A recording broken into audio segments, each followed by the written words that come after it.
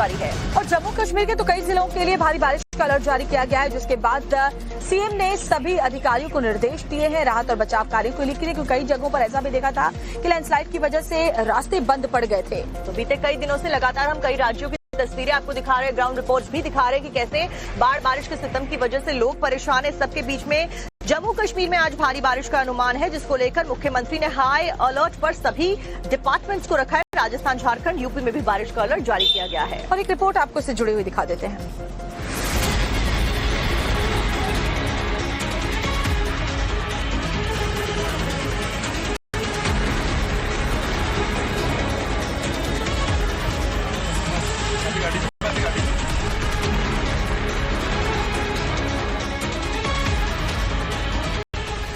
बेइंतहा बरस रहा मॉनसून गुस्से में लाल है। ये मॉनसून का बदलापुर है या इस साल मॉनसून बेलगाम हो गया है।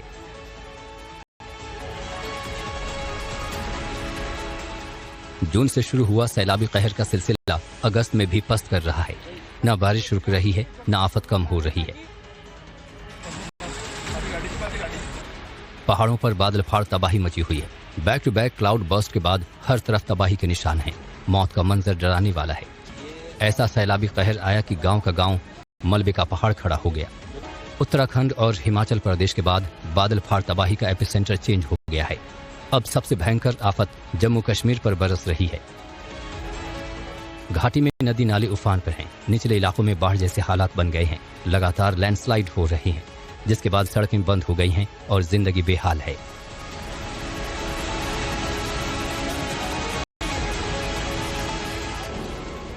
डरा देने वाली ये तस्वीरें कठुआ की हैं, जहां लोगों की जान तब हलक में अटक गई जब जम्मू पठानकोट नेशनल हाईवे पर बना पुल का एक हिस्सा नदी में लटक गया।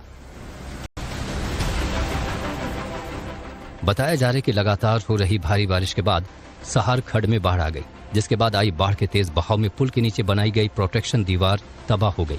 दीवार के गिरते ही पुल के 2 से 3 पिलर भी कम हो गए, जिसकी वजह से पुल बीच में टूटकर नदी में लटक गया।